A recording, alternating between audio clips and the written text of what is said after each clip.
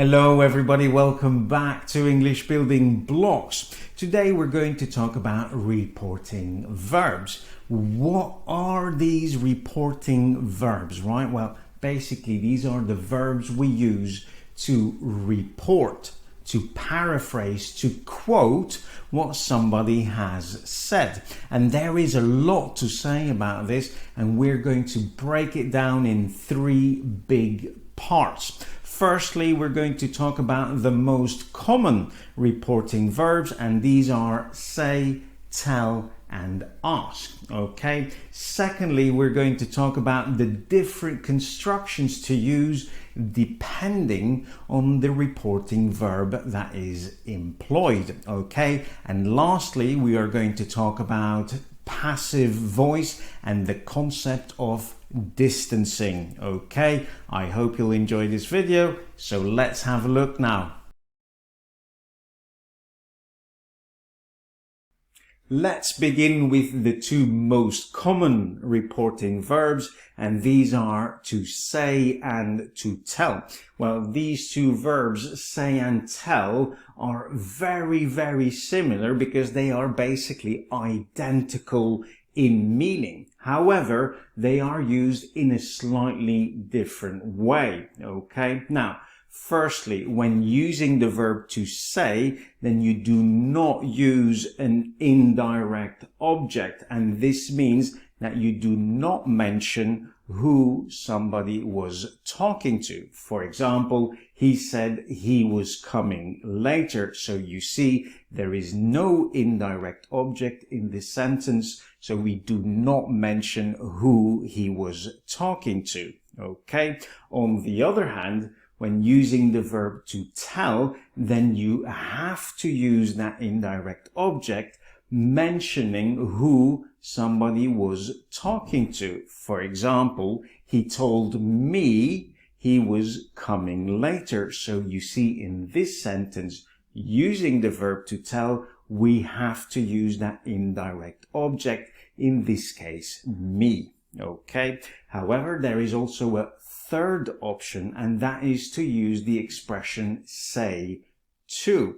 Now, when using this expression say followed by the preposition to, then again, you have to use an indirect object mentioning once again who somebody was talking to. For example, he said to me he was coming later. So you see, here we use that expression say to followed by the indirect object, in this case, me. Okay. When using the reporting verb to ask, then you have two possibilities in reported speech. Now, firstly, when using a question word, in such case, after that question word, you need to use an affirmative construction. Okay, for example, he asked me where the party was. So you see, we use that reporting verb ask followed by a question word, and then we have an affirmative construction. First, the subject, the party, followed by the principal verb was. And secondly, we can use the connectors if or whether when we don't have a question word. Now, you can choose freely. You can choose if or whether, it doesn't matter, although if is obviously more common than whether. For example, she asked him if he needed help. Okay, so you see, again, we use that reporting verb ask, but in this case, followed by the connector if. And again, what follows is affirmative in construction. He needed any help. Okay. Now remember, and this is really important, when using the reporting verb to ask, you are not asking a question. You are affirming that somebody asked a question. Okay, so you need to use an affirmative construction, and you cannot use a question mark. Okay, now remember, if you want to learn more about reported speech, then here above you have a link that will explain everything in great detail. Okay.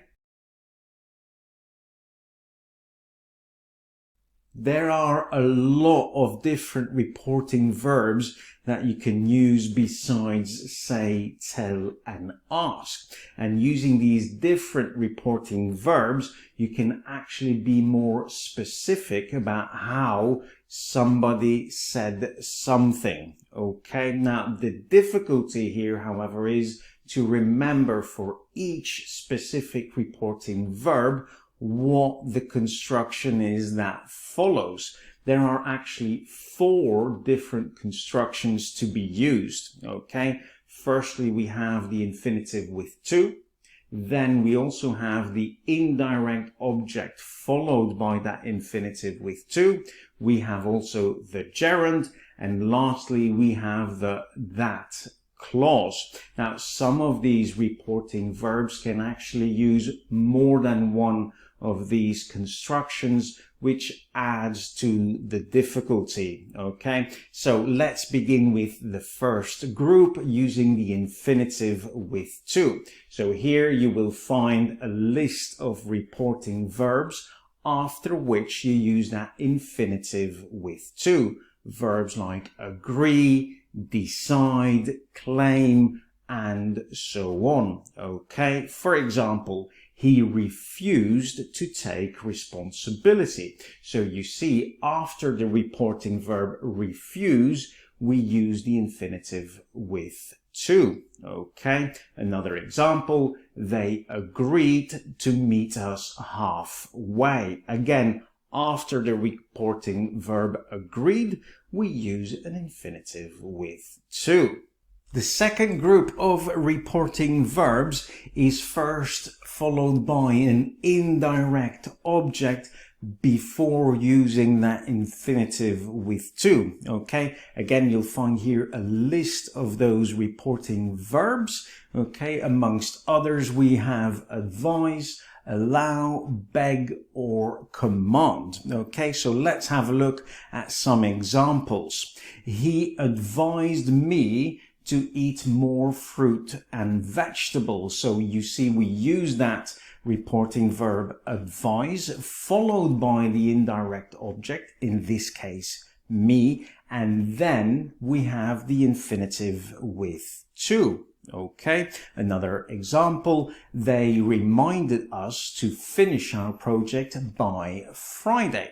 Again, we have that reporting verb remind in this case, followed by the indirect object us, and then we have the infinitive with to. Okay, you can also use such an infinitive after a reporting verb in negative just by adding not in front of to and the infinitive. For example, he claimed not to have any idea. So you see, we use the reporting verb claim followed by that infinitive with to, but we make it negative by adding not in front of that infinitive. He claimed not to have any idea. Okay, another example, the police warned them not to make so much noise at night. So again, we have that infinitive to make noise, okay, but we have made it negative by adding not in front of the infinitive. The police warned them not to make so much noise at night. The third group of reporting verbs is followed by a gerund. Again, you'll find here a list of reporting verbs followed by that gerund, including verbs like admit, apologize for, or complain about, amongst others. For example, they accused him of stealing tools at work. So we use the reporting verb accuse of, followed by that gerund stealing. Okay, another example, he insisted on listening to her side of the story as well. So here we use the reporting verb insist on, followed by that gerund listening. Okay. Now, again, it is possible to make that gerund negative just by adding not in front of that gerund, okay? For example, he apologized for not telling the truth right away. So we use the reporting verb apologize for, followed by a gerund, right? But in this case, we have made it negative by adding not before the gerund.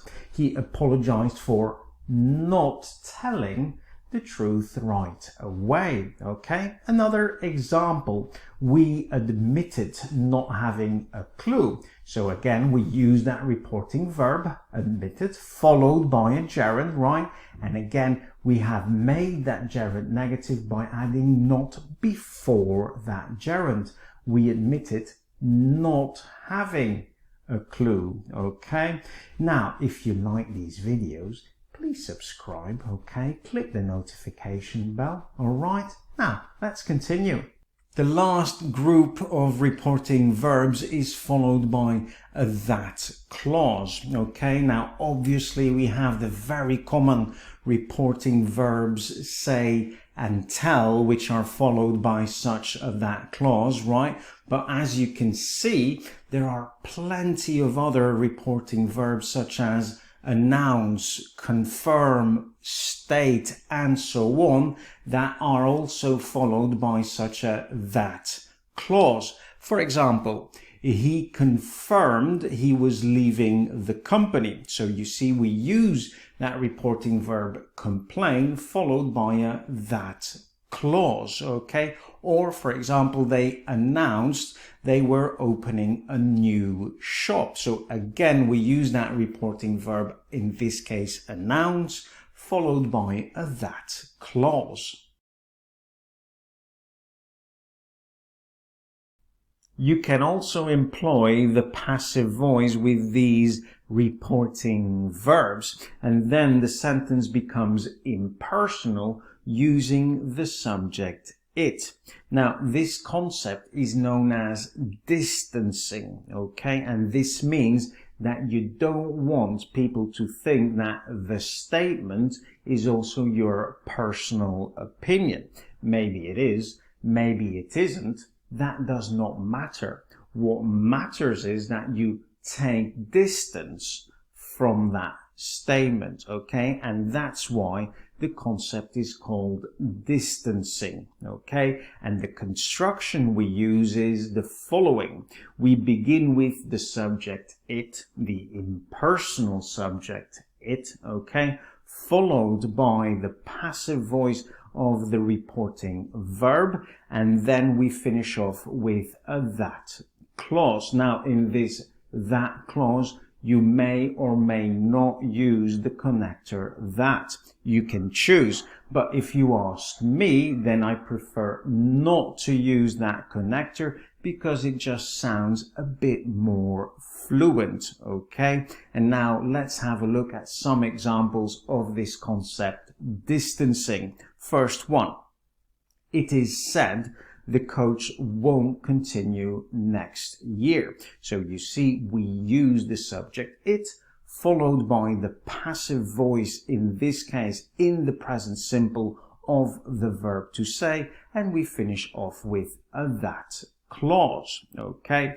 Second example, it has been mentioned the exam was extremely difficult. Again, we begin with the subject it, followed by the passive voice, in this case in the present perfect of the verb to mention, okay? And we finish off again with a that clause. Last example, it was announced the match was postponed. So again, we use that subject it, right?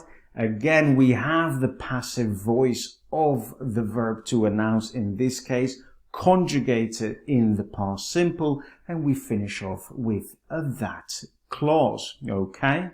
Now, we can take this concept of distancing even a step further. We can maintain the passive voice, distancing ourselves from the statement, yes, but using the real subject of the sentence, okay? In such case, we do not use a that clause, but the infinitive with to. Okay, so we have the real subject followed by the passive voice of the reporting verb, and then we have the infinitive with to. Okay, now remember, there are three different infinitives. We have the simple infinitive, to read. We have the continuous infinitive, to be reading. And we also have the perfect infinitive, to have read. Now, each infinitive is used for a specific purpose. Okay, so let's begin with the simple infinitive. Now, when in this concept of distancing, we use the simple infinitive, then the reported action or state is simultaneous to the reporting verb. Okay, for example, Jason is said to live in the US. Okay, so we use the real subject of the sentence, Jason, followed by the passive voice, in this case in the present simple of the verb to say, and then we use the simple infinitive, to live. And we use this simple infinitive because the reported state, to live, is simultaneous to the reporting verb, is said. Both are in the present. Okay, another example. Tara was believed to cheat on her exam. So again, we use the real subject of the sentence, Tara, okay, followed by that passive voice, in this case in the past simple of the verb to believe, was believed, okay, and then we have the simple infinitive, to cheat. Now we use this simple infinitive because the reported action, to cheat, is simultaneous to the reporting verb, was believed. So both occurred simultaneously in the past. Okay?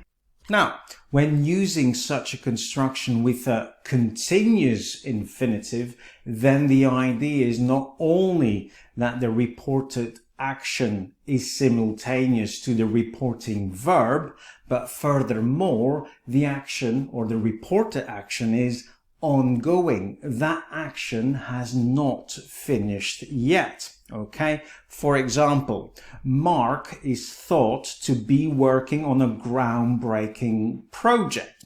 So let's have a look at this construction. So first we use Mark as the real subject of the sentence, followed by the passive voice, in this case in the present simple, is thought, and then we have the continuous infinitive, to be working. Now we use this continuous infinitive firstly to express that the reported action is simultaneous to the reporting verb, yes, but also to express that that action has not finished yet. That action is ongoing, and that's why we use the continuous infinitive. Okay, another example.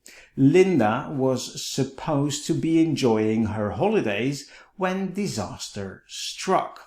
So again, let's have a look. We use Linda as our real subject, okay, followed by that passive voice of the reporting verb, was supposed, so in this case in the past simple, and then we have the continuous infinitive, to be enjoying. Okay, now again we use that continuous infinitive to express firstly that the reported action is simultaneous to the reporting verb, and in this case also because supposedly, before the interruption, supposedly the action was ongoing. Supposedly the action was not finished yet, and that's why you use a continuous infinitive. And lastly, we can also use the perfect infinitive in order to distance ourselves from a statement. Now, when using this perfect infinitive, then the reported action happened previous to the reporting verb. Okay, For example, Jimmy is claimed to have stolen thousands of pounds. So let's have a look. Jimmy is our real subject, all right? Then we have the passive voice of our reporting verb, in this case, in the present simple, and then we have the perfect infinitive, to have stolen. Now we use this perfect infinitive because the reported action happened before the reporting verb. Okay, another example. Vanessa is understood to have been a really influential person when she was young. So again, here we have Vanessa as our real subject. Then we have the passive voice of our reporting verb, again in the present simple, okay? And then we have the perfect infinitive, to have been. Again, because the reported action, okay, happened before to the reporting verb, okay? And that's why you use a perfect infinitive. Now, that's it for today. I hope you have learned something about reporting verbs, and if so, subscribe, okay? Click the notification bell, give a thumbs up, or just leave a comment, okay? I'll see you next time. Thank you for watching. Bye-bye.